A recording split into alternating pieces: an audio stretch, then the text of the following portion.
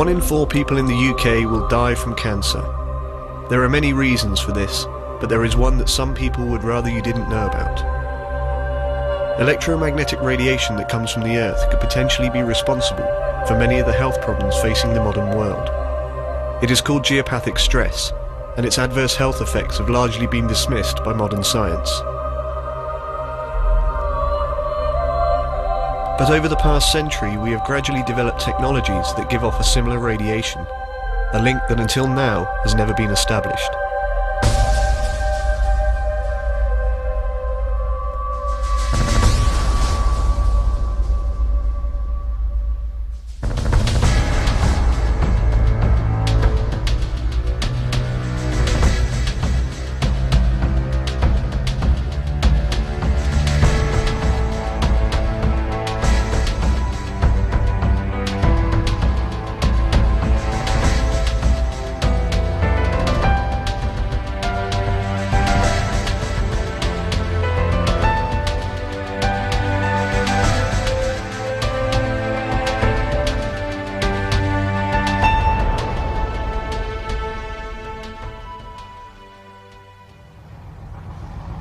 And it's just coming up to 9 minutes past 11 on this Thursday, the 10th of October.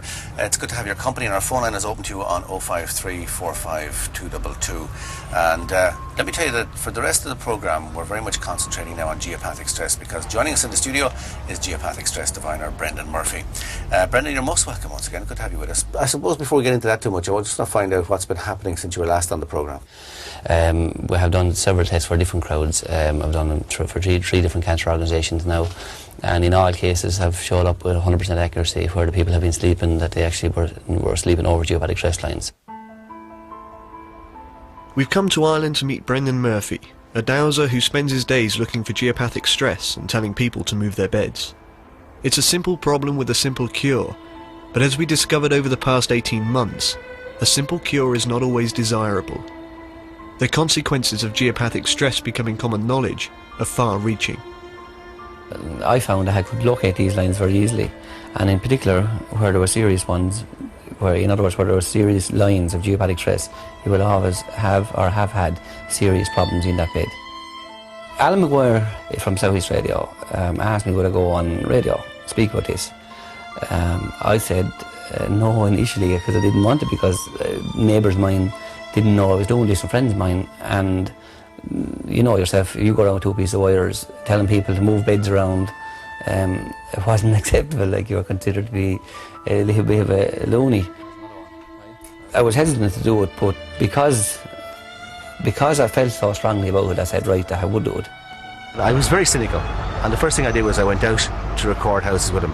I also found out a few houses where I brought Brendan to them where he didn't even know where we were going, didn't know the name, didn't know the location. I picked him up and brought him from his car to an address he had no idea where we were going, just so I could test him out.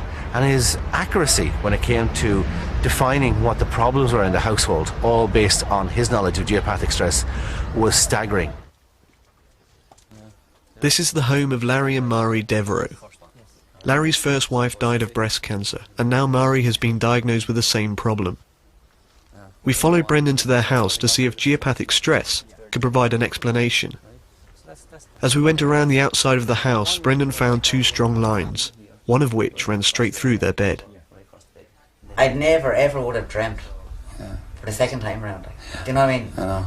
It really is more than a coincidence now. You know, to say like never strikes twice, but unfortunately it did hear that. My first wife had that operation in 1981 with the same operation. Same complaint. Same complaint, yeah. And we slept in the same, not the same bed, but you know what I mean? Same room. Same position. Same position in the room. Yeah. Yeah. And you have diabetes. Yeah. Because the centre of the line is actually coming up through your stomach. Yeah. And up across you then, like that, Mary. And the width then takes your whole upper body, and it takes your upper body. You know, so you'd want to move it actually further than that, I would. Yes. Brendan's work is based on the findings of Gustav Freyer von Pohl. This wealthy German baron provided the first conclusive study on geopathic stress in 1929. In the presence of the local mayor, he doused an entire German town called Vilsbiburg, and marked all the lines on a large map. Searching through the death records, von Pohl discovered that the beds of all the cancer victims were directly over geopathic stress lines. This was the first time a study clearly demonstrated a link between exposure to electromagnetic radiation and ill health. But whilst the German Central Committee for Cancer Research took this seriously, elsewhere in the scientific world, the existence of geopathic stress was largely ignored. Its origins were not widely understood. But in 1954, the first scientific explanation came from a German scientist called Schumann. He discovered that the Earth vibrates at a very low frequency, which creates waves of electromagnetic radiation that bounce between the surface of the Earth and the outer layers of the atmosphere. Schumann waves, as they are now called, are beneficial to us. All life has evolved within this natural energy field. But any changes to it can have serious implications for our health.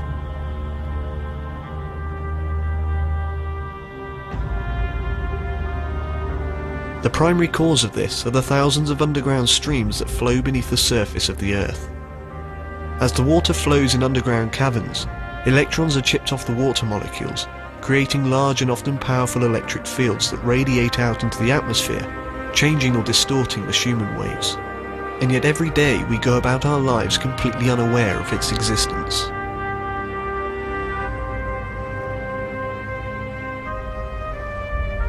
We'd been impressed by Brendan's accuracy at Larry and Mari's house, and had set up another house for him to dowse. We felt that we had to test him, so neither of us knew anything about the house or the occupant. As before, Brendan began by dowsing from the outside.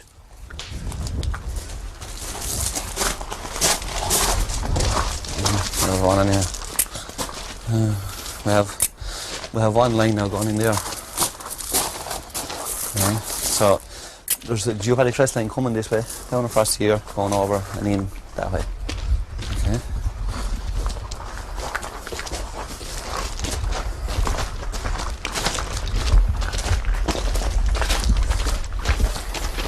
Here we have another one. Now, second one here running parallel, coming this way, coming up across this way. Okay. I've been divining now, or dowsing as it's called in the continent, for the last 6 years. Yes, I've tested houses for a number of doctors. They all, well not all, most of them agree with what I'm doing and encourage you to continue doing it. Some of them are very convinced now because they actually have told patients to get their houses tested. Right, now there's another one. Right, that's going to run right up through the length of the house. Alright.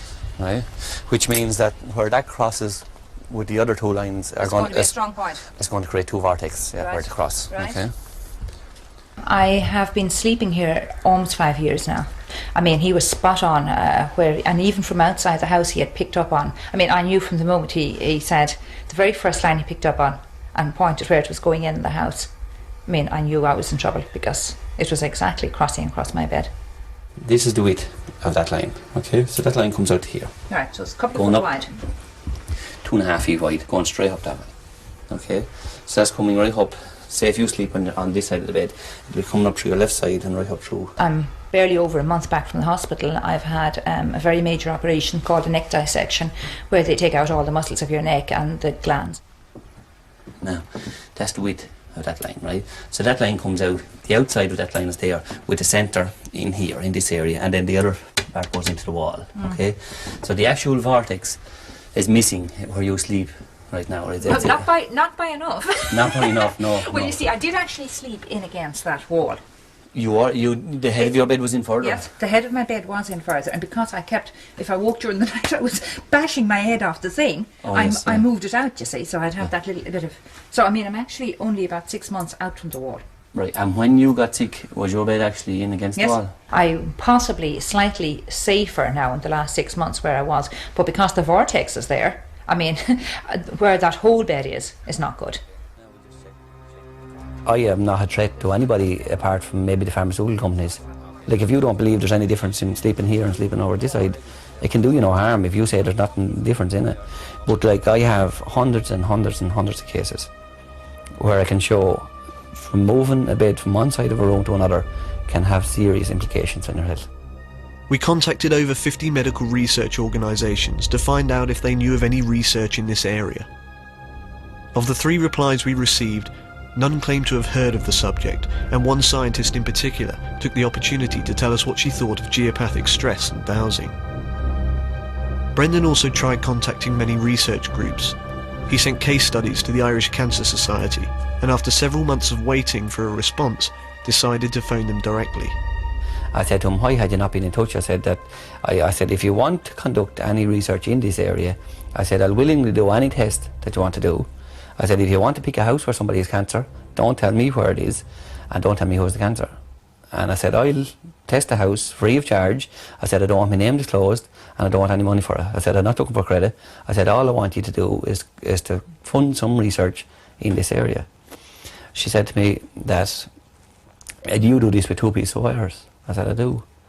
And she says, that's very unscientific. She said that this has to be proved by a panel of doctors, and she says, a panel of doctors is never going to prove that. Despite the lack of organisations willing to take this seriously, we found one exception. Brendan took us to meet Josephine Casey, founder of North Wexford Cancer Group. As one of Ireland's largest fundraisers for cancer research, Josephine has campaigned for further studies into geopathic stress, but to no avail.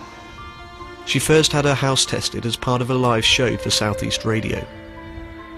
I was diagnosed with cancer in June 98. I had breast cancer, grade 3. It's a serious grade. It was at an advanced stage. When Alan McGuire contacted me, I had reservations. I said he's some kind of a quack. Now I'd seen it done as a child for water, somebody divining for water, and I said, how can he possibly, how can there be a link, or how can he possibly tell? So when he did this house, okay, the lines weren't strong here, but when he went to my old house and he was just 100% accurate, I was left flabbergasted, and all I regretted was why the hell I hadn't got out of that house before then. A number of people on the road, or in the general area really, in a radius of a mile of my house, 18 had died from cancer. And in one house there was 3 sisters who died with breast cancer over a period of 2 years, and 2 brothers died all within a 5-year period with cancer. That would be less than a mile from my old house, and to me that's a frightening statistic. We met Jimmy, the only surviving member of the family. From outside the house, Brendan identified 2 strong areas of geopathic stress.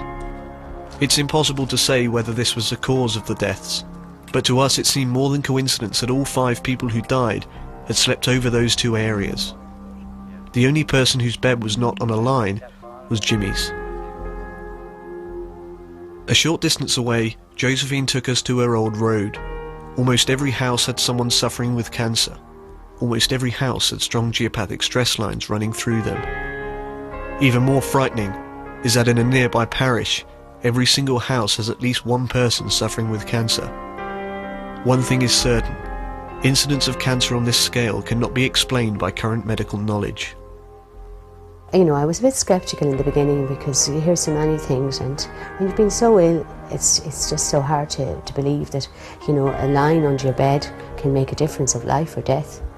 I mean, I would be prepared to do anything to try and convince, everybody that this test is worth having done. We went to meet Anne Hardy, a medical historian for the Wellcome Trust in University College London, who could perhaps give us an insight as to why cancer rates are so high. I find geopathic stress a very interesting proposition. Throughout modern history, at any rate, historical epidemiologists like myself, and indeed practicing epidemiologists, have been puzzled by disease clusters. And geopathic stress would offer one explanation for why some disease clusters for certain diseases happen. The growth of cancer disease in the 20th century has many causes. In the first place, people are living longer. Life expectancy in 1900 was about between 40 and 50 years for most people. Now it's 70 and more, and cancer is a disease of aging, so that the longer people survive, the more people will develop cancer. So that is one consideration. Cancer may well be a disease of aging, but that doesn't explain how childhood leukemia has become the biggest killer of children in the Western world. If geopathic stress is an explanation for this, then it's exposure to electromagnetic radiation that is causing the damage.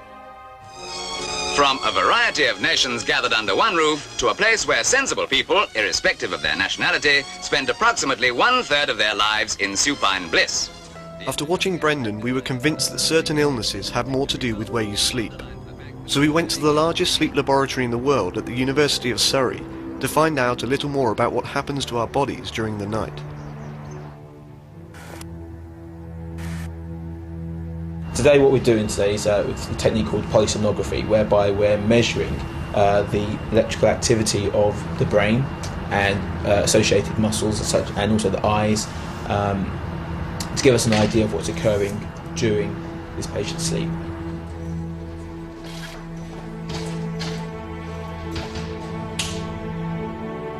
The immune system, like every other system in the body, does require a period of recovery or rest, for want of a better term.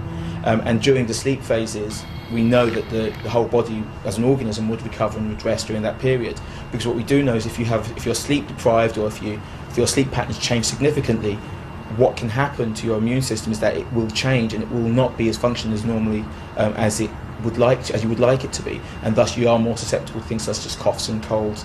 The problem is with sleep is that we know it's important, so we know that you must sleep. How much sleep you need is an individual thing. A lot of people have a different idea of how geopathic stress would affect the immune system. Geopathic stress is tied in a lot with sleep, because that's the time you're going to be in the stationary phase for maybe 8 hours, and you could be affected by this. Killian is a biochemist, and for the past 4 years he has worked closely with Brendan to try and establish a scientific basis for the effects of geopathic stress. What geopathic stress does is an area of amplified radiation, electromagnetic. It can impair immune function. Cells are forced induction, they can't operate, they can't scavenge as well for bacteria, virus, etc. It also can play roles in sleep patterns. It can upset brainwave function, and brain waves and hormone release are key factors in regulating and maintaining a proper immune system.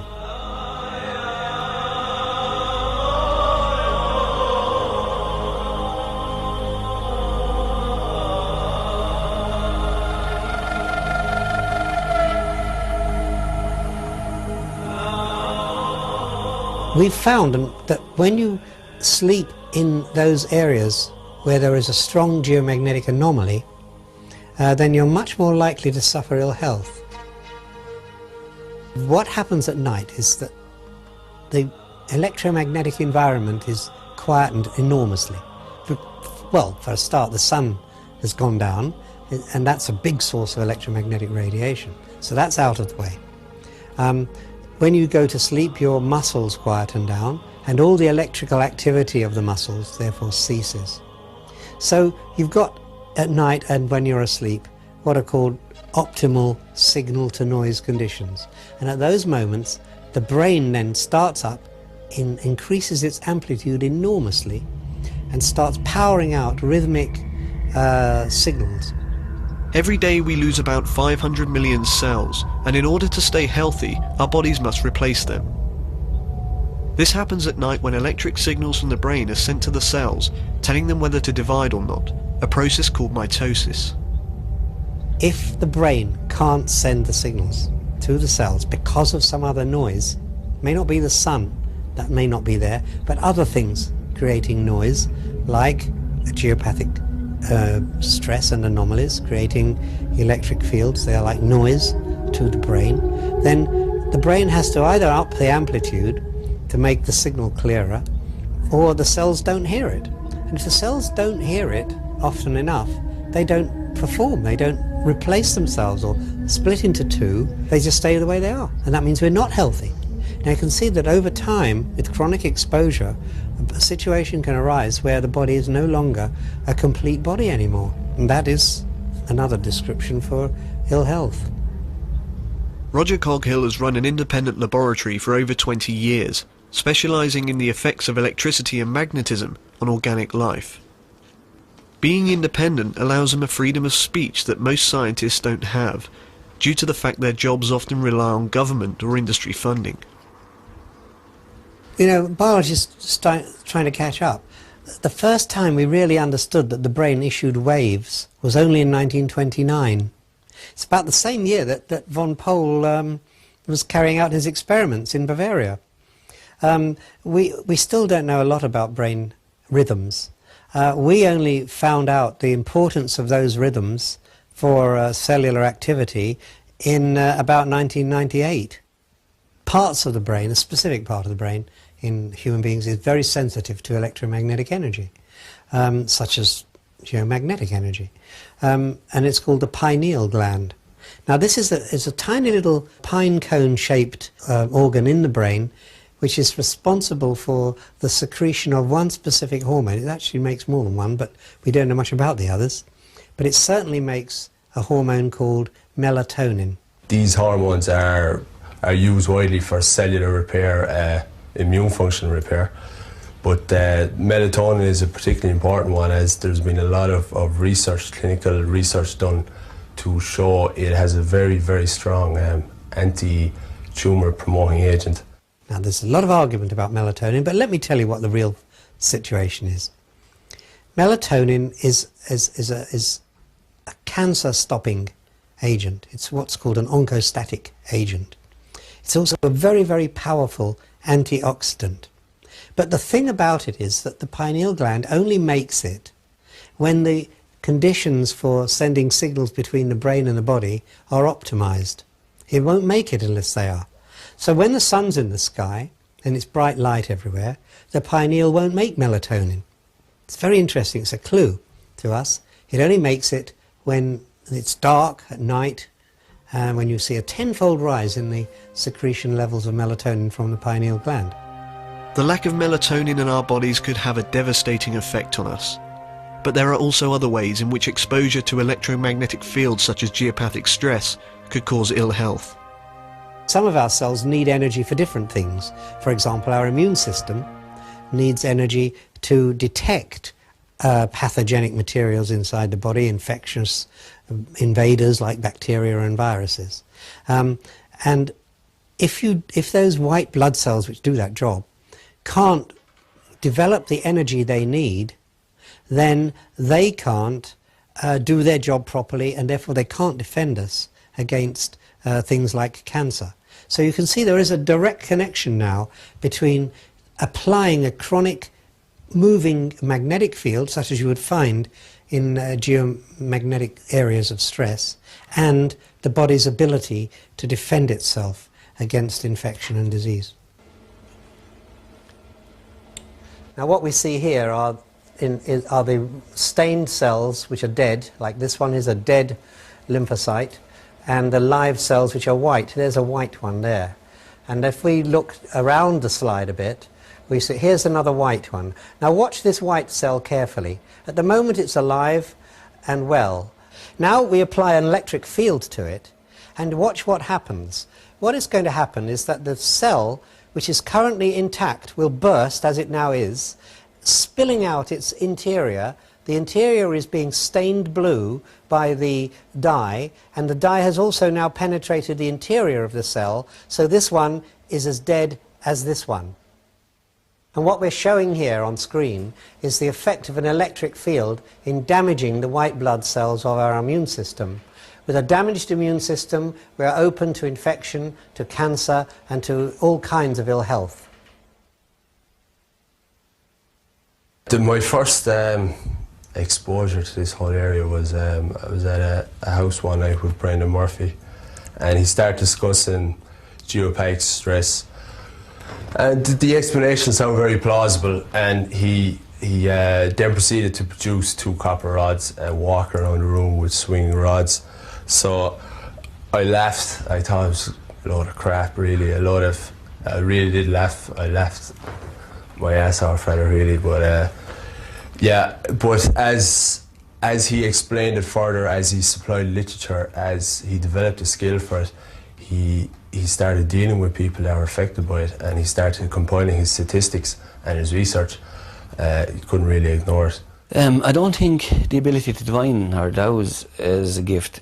Every single person that I know of on this earth has that ability. Like, if animals in a field can instinctively know where they are, we are basically animals. We're just of a higher intellect.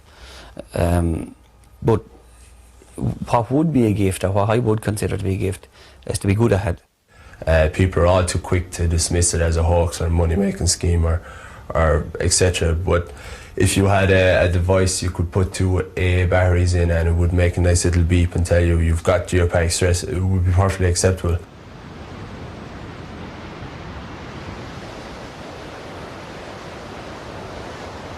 I probably knew a bit about it before I knew it was called GS. Really, I do a lot of work with ground investigation, and some of the drillers, the older drillers, actually use divining rods to find buried pipework or flowing water that we're trying to avoid when we're drilling. And certainly they would see it as an old skill that's been passed down through generations rather than a new age thing that we're all finding out about. And I hadn't questioned the validity of it during that work because they went and found the pipes and they were where the rods said that they would be. A lot of people I have discussed it with would be in the scientific community as such. I find a lot of people in the scientific community would automatically dismiss straight away. They are quite comfortable with the explanation of geopathic stress, the scientific, the EMF and so forth, so on. But it's the method of detection people have a problem with. A guy swinging two copper rods around is generally not acceptable to anyone who deems himself as a scientist or a boffin. Well, what we have now is an ordinary electrical cable such as you might use for a cable extension in your house. And you can see that as I bring the cable towards the screen of the probe, the value goes up substantially. And when I take it away again, it drops. So that is an electric field. But now watch what happens when I bring a magnet into the same value. Now it's starting at 150, but as I bring the magnet down there, it's pushed the field strength right down to 50. You see how the magnetic field affects the electric field, and so it is with our bodies. When we have an electric field coming from our bodies, and we walk over a piece of ground where the magnetic field has changed, then that magnetic field changes the electric field in our bodies. Like, if this instinct is inside every one of us, well, then we need very little. Like, the wire is not going to be the instrument to measure it. It's your body, and it's your body's reaction to these energy fields. It's that makes the rods move. Now meet Catherine Brent of Devon, Cornwall. Has located 300 deep boreholes and has been right 98 times in every 100. It has to be said that I did meet with some opposition, not only from listeners who felt it was a scam and how dare I promote such a thing, but even people within the Southeast Radio organisation were quite sceptical. People who naturally felt that I was being sucked into this. There are some people who don't believe in diviners. They say that you can get water anywhere. And I know for a fact that that's not true. You can't get water anywhere because I've been brought to several places that they can't get water, or that they couldn't. In Barbara's case there in particular, it was an interesting one, like, because I had no idea that there was a well there. I couldn't possibly. Right in through their door and right up across and out and up that way. Yeah, okay, so I... Okay. Actually, there's another one. Right. Now, that one. I have to tell you, Brendan, you're right over a well there. Would that affect it? The actual well is there. Here in the middle floor? In the middle floor. There's a long story behind that, but that's where it is. Well, your water is contaminated then. Is it? Yeah, there's some impurity in the water. That's actually the line then that's coming through your bedroom. Where is the well? Get up to me. There's the well. Alright. Have you had your water tested? Yes. Is there anything irregular? No. No, nothing at all? Nothing. She said my water was very good because I was... I don't mean it need not necessarily be bacterial now. Is there anything lime or iron? Or lime? Yes, there's a lot of lime. A lot of lime? A lot of lime. I had had a dowser in originally to find the well, and he had picked the spot, and Brendan, you know, picked the exact same spot without knowing the well was there. So it's interesting. It must be very strong. How does she do it? No one really knows, but scientists say that her body cells are unusually sensitive to physical and chemical changes in the earth. All Catherine knows is that her reactions are so violent that she is sometimes pulled off balance and ends up flat on her face. 90% of the energy we use to live, to move muscles, even to think, is created by a process involving electrons. If you try to tension your hands, white knuckles, you are deploying energy to hold those muscles in tone. And the molecule which the body makes in order to give the muscles the energy is called ATP, adenosine triphosphate. ATP is essential for life. Without it, we would die. It is created inside every cell in our body and relies on a process involving electrons. However, exposure to electric fields can have a serious impact on the production of this important molecule. If you bring a moving magnetic field near to your hands when they're under tension, you will find that the body can't make as much energy as it did before, so it can't maintain that same tension. If those hands, while they're clenched, happen to be holding a willow stick or a pair of divining rods, then influence on the muscle tone by means of ATP synthesis changes are bound to make the rods move or the stick twitch. And it's a technique which has been used effectively for generations, for centuries, if not more. We found this footage of American soldiers during the Vietnam War who had been trained to find enemy tunnels and landmines using only dowsing rods. During our time with Brendan, he told us about an architect called Daniel Robinson, who had designed many important buildings in Ireland. By pure chance, Brendan had tested one of them and noticed a strange effect happening. Whilst geopathic stress lines were heading towards the building, they would fade in strength and stop at the outside walls, starting again on the other side. We decided to visit one of the architect's buildings, Johnstown Castle, which now houses the Department for Agriculture, right next door to the Environmental Protection Agency. With no explanation as to why this effect was happening, we thought this would be an ideal opportunity to bring together science and intuition, so we invited Roger Coghill to Ireland to see if he could verify Brendan's findings scientifically. I've been telling people here, in particular around South East, but throughout Ireland, about geopathic stress, and without scientific proof of the existence of it in the first place, and then the effect that it has on the body. And it's going to be great now to meet somebody at last that can scientifically prove what I have been claiming for years. These energies are invisible, and what we can't see, it's difficult to believe in.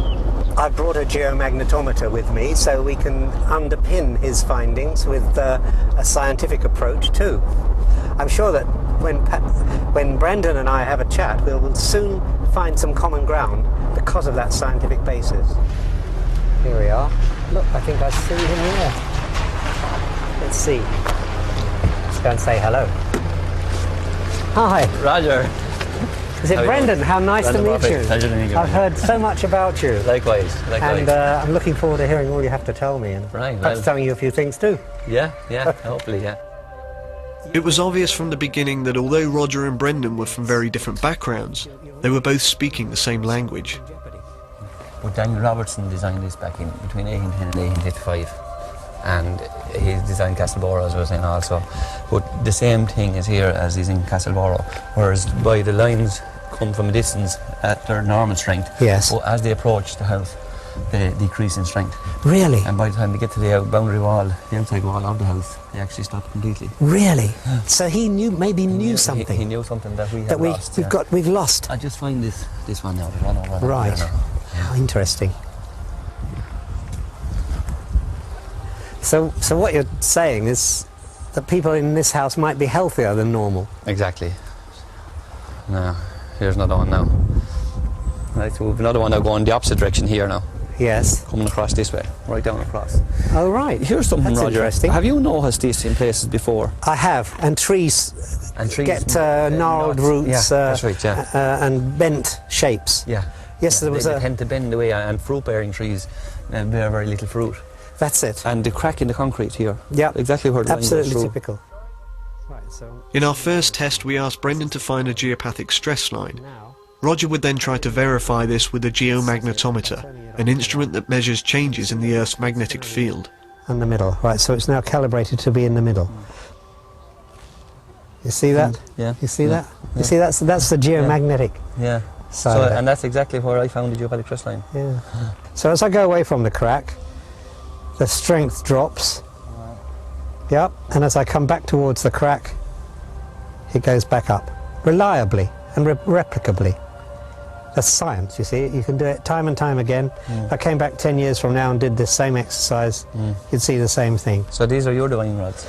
Well, they are, but they're much slower than yours. At last, I've been proven that I wasn't talking rubbish. No, that's a completely scientific instrument. Right, so it could be a subterranean water moving or flowing in that direction. In that direction, or it could be a metal tube of some sort. It's more than coincidental that this is where I found the geopathic stress line, and this is where you're finding... This is absolute confirmation of that signal that you're receiving from the much more sensitive cells of your body and your muscles than this is capable of detecting. This is crude compared with any organic human body, living creature. Now that line has gone in that direction. Right. So Roger has spent his life talking about the kind of sensitivities that Brendan displays naturally.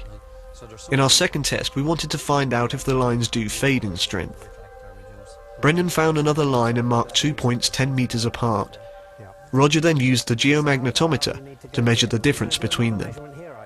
You can see how this is now going weaker and weaker. See how it's coming? It's coming down. It's coming down. And as we get towards the point where we agreed to measure it, you can see it's dropped down. Straight down. It's gone down to, it's done about half the whole scale. That's effectively 2,500 nanotesla over a 10-metre distance. And to put that into context, that is about 5% of the Earth's geomagnetic field in 10 metres, which is astonishing. Yeah. So by the time then it reaches the house, theoretically it should be completely gone. Well, it'll certainly drop a lot more. So what you're saying then is what I have been saying is right, that there is something in the earth here, or some means by which they have actually reduced the strength of the field as they actually approach the house. You very rarely see a drop of that magnitude over such a short distance. And do you have any theories as to the possible explanation for what? One magnetic field can alter another one and nullify it. So if, for example, there was a big magnet, a big piece of iron under the ground there, nearer the building, then that would have the effect of progressively weakening the field as things got nearer to it. Although time was against us, we went to Castle Borough, another building designed by the same architect as Johnstown Castle. We asked Roger to carry out the same tests and found the results were identical. Not only had we proved that Brendan was detecting a signal with the dowsing rods, we'd also shown that geopathic stress was known about many years ago. This offered us a tantalising view as to what our ancestors really knew about geopathic stress and how they avoided it. I believe that all the materials in the world are there for us to solve certain problems, and certainly in the past they would have been more in tune with which ones did which job. And it doesn't surprise me at all that back in time, if you were building a fairly impressive house, that you would go to all lengths to make it safe and secure. There was a controlled operation to stop the stress reaching the house at Castleborough, and I think it would be fascinating to find out what was done, what kind of barrier or material was put in to actually stop this radiation getting to the house on all sides. Castleborough was built in 1840 for a wealthy landowner who had connections with Buckingham Palace, and whether it's a coincidence or not, the former owner of Castleborough, Lady Carew, lived to over 100 years of age. I have every confidence that what he found was absolutely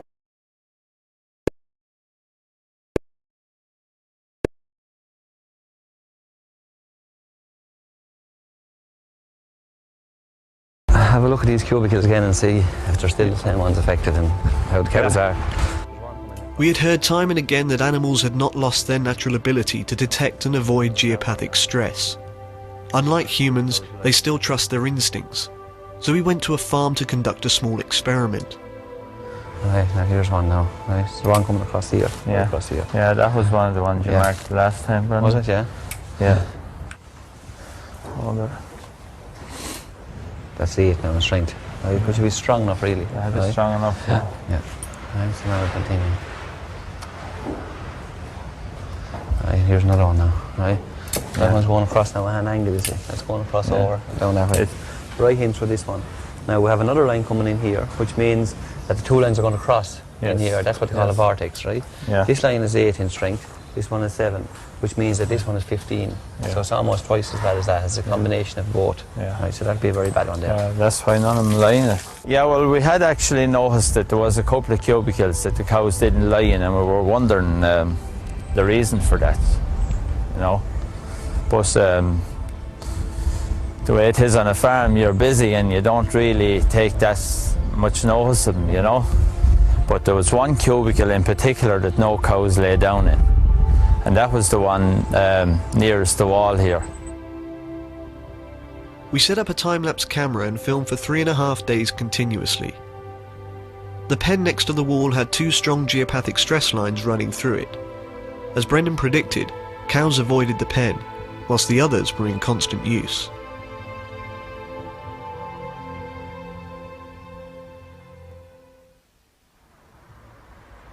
And a very good morning to you. Welcome to Regional Express on Southeast Radio for Monday the 20th of January. A very special programme for you this morning. I'll be looking forward to your phone calls on 053 45222 because we'll be joined in the studio by Brendan Murphy, geopathic stress diviner, and he has a very special guest in the studio with him, a scientist who can back up what he's been saying for years about geopathic stress and its negative effect on our health. You set up an independent research laboratory. Would that be unusual in the UK?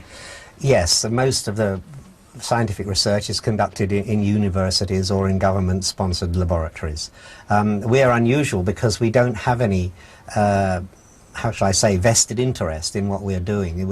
It's a pure science research, and we don't have any fear of reporting adverse or healthy effects from devices. And if there is no harm in a particular kind of exposure, we'll say so.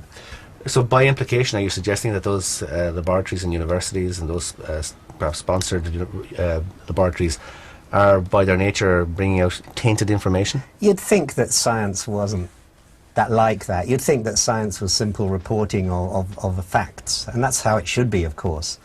But believe me, science is just as political as politics itself today. And I have to say that when 80% of the research in our particular field is funded by the power utilities or by the mobile telecommunications industry, then it's not surprising for me to voice an opinion that suggests that maybe some of those results were quite pleasing to the people who put the money up. I mean, we've had geologists in the past before who have come on to vouch for what Brendan is saying, but to actually have a scientist from an independent research laboratory with many years' experience in dealing in this and related areas meant that the huge level of credibility attached to what Brendan is saying. Hear that? Hear that? Brendan gave a public talk on the health effects of geopathic stress, which naturally led on to a discussion about modern technology, at which point he carried out a powerful demonstration using one of today's most popular devices. What effect did the mobile phone have? Mobile phones are very controversial. Does anybody have a mobile phone? Anyone? Yeah. Give me your phone there. Will you just come up here for a second? I'll just show you something. Yeah. Yeah, it's alright. Now, will you ring some... Huh? Ring a message minder. Yeah, ring a message minder. Now, just one second. And now, there's no sound off this now as it is, right? No, it's alright, just a little bit. Now, you put that to your ear now, right? Are you using that now, yeah? Is it on? Now, hear that? Now that's gone off the scale. right? And that's going straight through his head. Right? Okay, now for you. Now, this is like I was saying. Okay, thanks. Now, just to demonstrate, right? This is the Gauss meter, right? Now, I put this at one ear, and he put the phone at the other ear, right? Now, that measures the level of radiation going through your head, right? And you can see it went off the scale. Geomagnetic stress ought to relate to the magnetic fields coming from the Earth, but in the last century or two, we've gradually developed artificial electric and magnetic fields. Every time you switch on a kettle, you create a very big magnetic field. Electric ovens, storage heaters, domestic central heating, all of these new appliances create magnetic fields sometimes far stronger than those which the Earth would create. And studies in the literature now, in the scientific literature, show that time and time again, people who are exposed chronically to those influences become ill. These mobile phones, computers, VDUs, power hay cables, they all have electrical currents, they all produce electromagnetic fields, very strong. So basically what geopathic stress is just a natural form of this. The kind of environmental change that has come about in the 20th century with the introduction of the electricity industry, with the introduction of radio and television and sound waves and so on, the impact of that is much more difficult to measure. Medicine has regarded these kind of changes with suspicion in terms of generating disease for a long time. As I walk towards this 400 kilovolt electricity transmission line, I see the readings are rising. This is the electric field, gone up to 700, 800, 900, over 1,000 now, and still rising up 1600 and more volts per meter. And here it's really nearly off the scale. It is off the scale.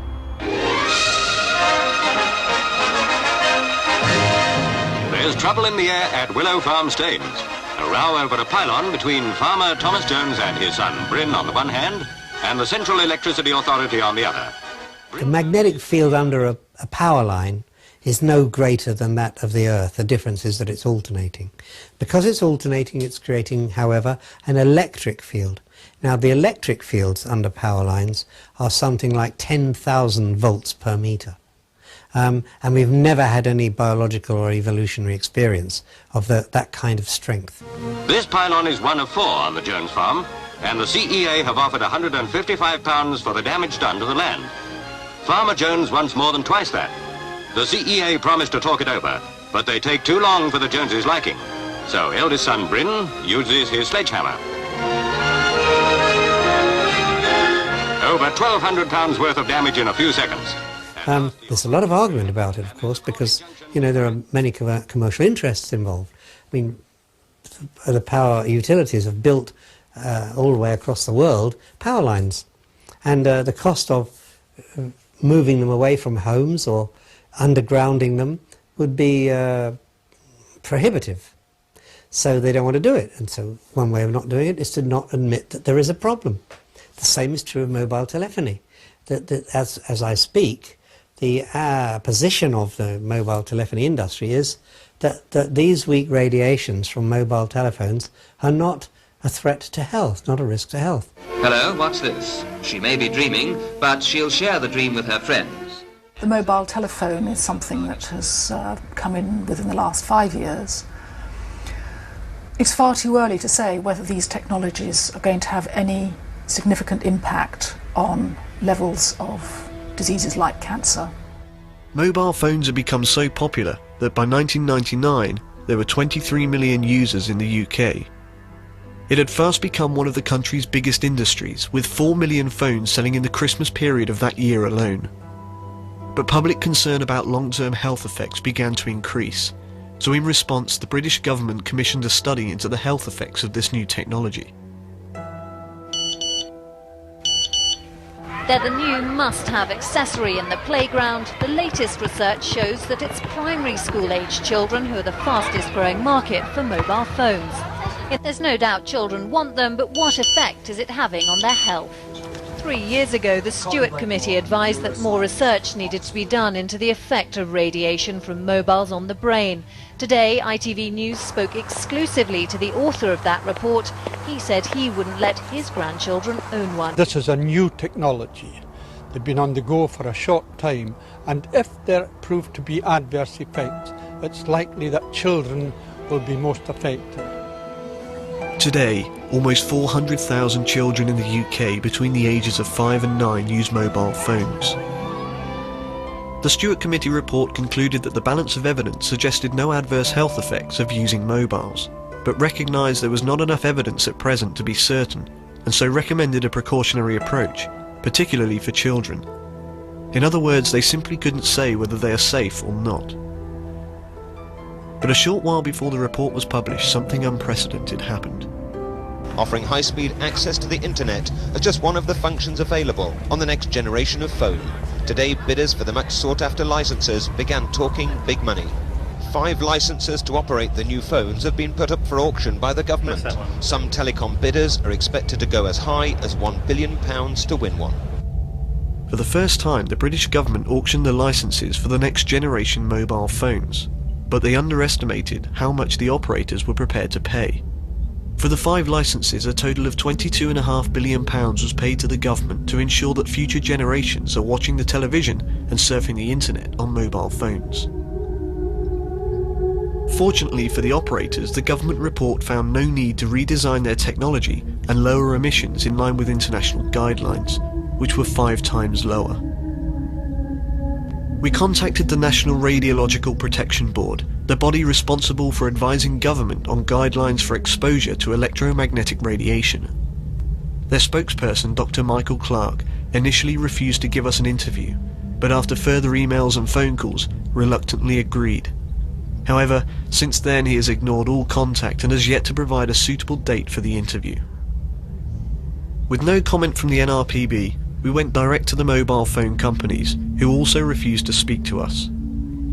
Instead, we were passed to the Mobile Operators Association, a kind of press office for the industry. In a statement prepared for this film, the MOA had pointed out that 2% of all base stations, that's about 700, are located in schools. But they were also quick to point out that the 5 UK operators do not market their products to under 16s.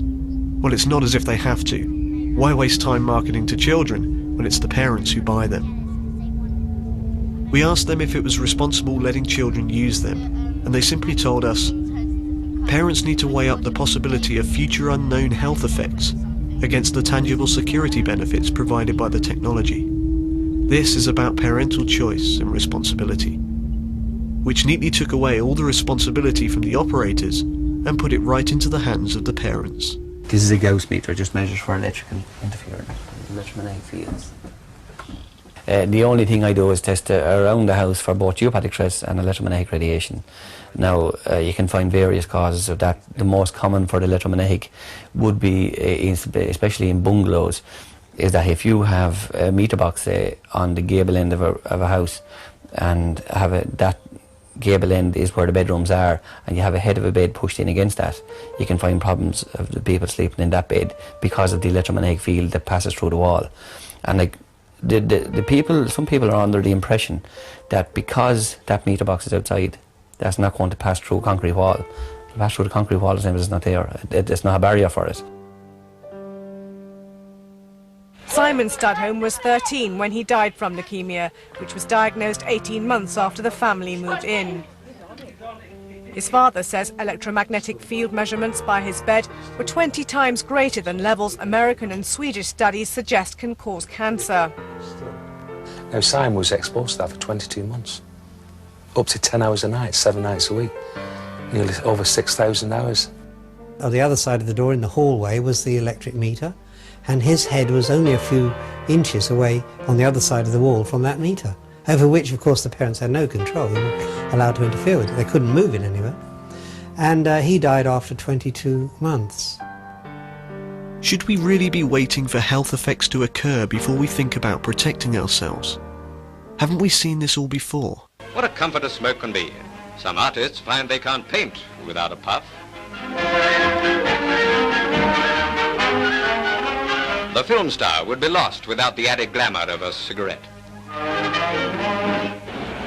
No, not a member of a secret society, nor a medicine man, but an asbestos shield for firefighting. The complete firefighter. The environmental use of asbestos is another example of the way in which new materials, new technologies are used, and used extensively, without a great deal of research having been done on their health impact or their consequences for health. The practical uses of asbestos are very numerous. At least 18,000 articles are made of it. It was certainly being incriminated by medical studies in the 1930s, and yet it took decades before the building industry, before national governments were convinced enough of the medical impact of this substance to limit and to eventually ban its use in building construction. Asbestos, which is still the cause of thousands of cancer deaths a year, is to be banned completely. The ban, which will be Europe-wide, will be phased in over the next 6 years. 5,000 people die every year in the UK from asbestos-related diseases. Considering its serious health effects have been known for the last 70 years, you may wonder why it will take a further 6 years to implement the ban. And Roger, if things can be quantified as simply as this and as scientifically as this, why then are the authorities not doing studies? Well, the way science is done today depends on what's called the peer review system. And that means that if you want to keep your job, you have to publish papers which have been reviewed by your peers or other experts in the same field. Yeah. And in a journal, the editor will send a paper which has been submitted for publication to other experts. If you think about it, that does nothing else than perpetuate the existing science. Because if you're an established scientist, and you've hundreds of papers to your credit for over many years, you don't want things to change, because if someone came along with a brand new idea which knocked all yours on the head, you wouldn't want that to happen. So you tend to not let new ideas get into the scientific armory, and that is why innovative research isn't happening today. If you think of the consequences of admitting geographic stress as an important factor in generating disease, you're looking at enormous social and financial upheavals. It could mean restructuring whole cities. It could mean lawsuits against developers for building housing estates on geopathic stress lines. It could mean an extraordinary social revolution in many respects. And I would imagine that it's a consciousness of those kind of pressures which might well keep science from wanting to investigate it as fully as it might deserve investigation. You know, it was much better in the 1700s. The man who discovered the circulation of blood around our veins and arteries was a man called William Harvey. He was a doctor. And when he came out with this idea that blood actually moves around the body, everyone thought he was completely mad. And it took some years before they finally accepted he was right. In those days, it took a few years. Today, it can take decades for a scientific idea to get credibility. The ozone depletion idea took 15 years before it was finally accepted. Despite the serious effects of geopathic stress, we found few people who were willing to take it seriously. However, here at Monart House, an architect was incorporating the knowledge of geopathic stress lines in a new development. What we're doing here is a project for they're building a new hotel here, and it's going to be a health farm. And what they want to do first, before they actually plan the actual positioning of the hotel, they want the site surveyed for the presence of geopathic stress. Now, in that means we have a little over 7 acres to actually test for any geopathic stress lines. We have to mark them all, then we'll have an engineer out, and he'll actually map them, digitally map them onto an ordnance survey map, so it'll have a permanent record of where they are. We purchased this property a few months ago, and the idea is to build a hotel here on the site. It's 119 acres and some woodland, so we're trying to do a health type hotel and fitness and wellness. We consulted our architects who talked to me about geopathic stress. Now, I know absolutely nothing about geopathic stress. I still don't, and don't fully understand it. But on the advice of our architect, we decided we'd have it divine for geopathic stress.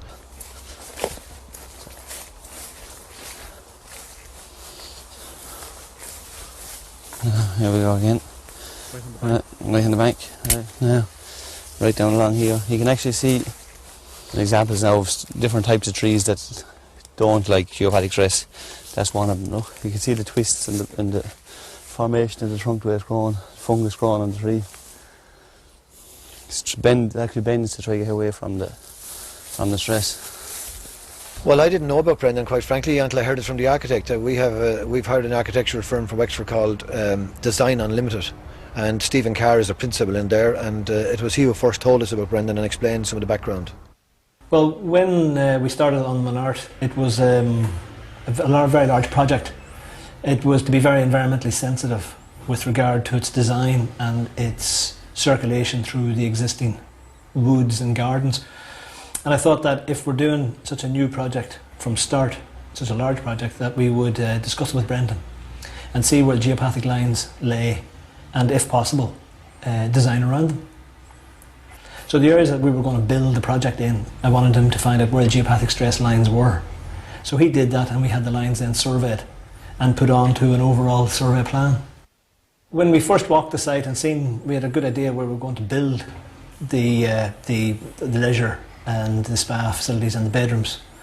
But when we had the site surveyed and dowsed for the lines, we realised that where we were intending to put a lot of the bedrooms, there was some very, very strong major lines in that area. So we had to rethink about it and actually position them in an area that we were going to put some bedrooms, but we ended up putting all the bedrooms because there's really only 2 lines there, and it's very easy to design the project around them.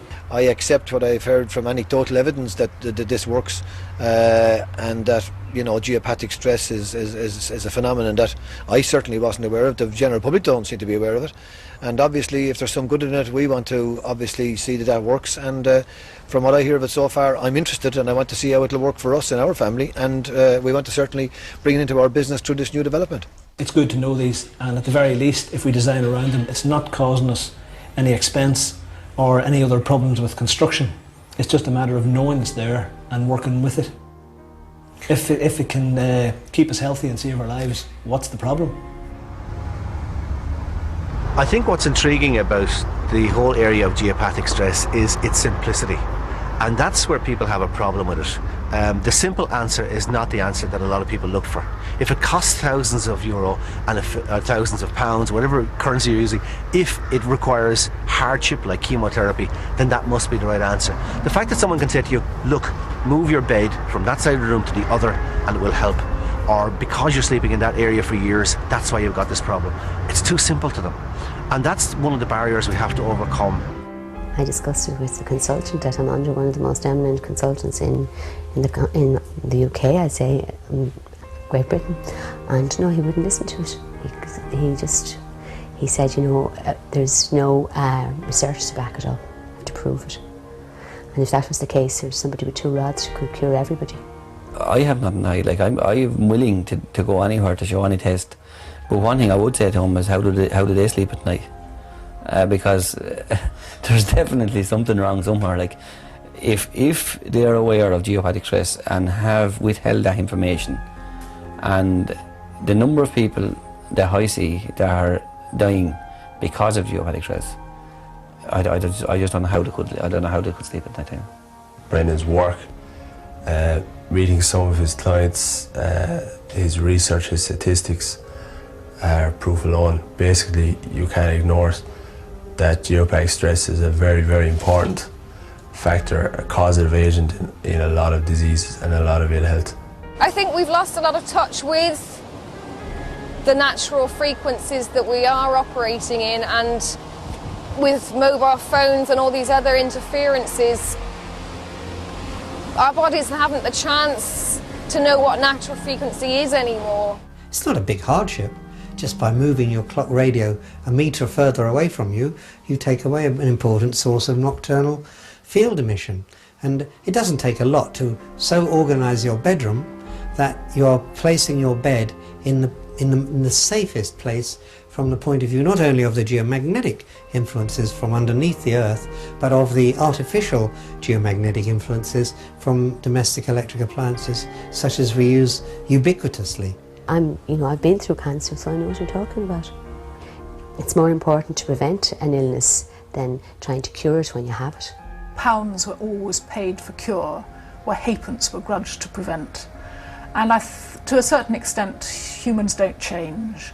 And humans, probably for most of history, have only started worrying about illness once they started feeling ill. Look at what we're taking on, basically we're taking on the pharmaceutical companies. And in my opinion, they just have too much power and too much influence. Because to get any scientific studies done or passed, you need doctors involved, you need the medical community. How do you get those involved if your pharmaceutical company is telling them what to do? There are plenty of things that could be done to minimise exposure, but the biggest challenge is to get the power utilities and the regional electricity companies to accept that they have a problem. And like the mobile phone industry and the military, they are simply in a state of denial, which is of course against the public interest. We've come from an Earth mystery to a technological nightmare. And with billions of dollars at stake, admitting that geopathic stress is a problem would also be an admission that perhaps modern technology is killing us. People stare at the makeup on his face, laughed at his long black hair, his animal grace. The boy in the bright blue jeans jumped up on the stage. Our lady Stardust sang the songs of darkness and disgrace, and he was alright. The band was all together, yes he was alright. The song went on forever, and he was awful nice, really quite out of sight. He sang all night long.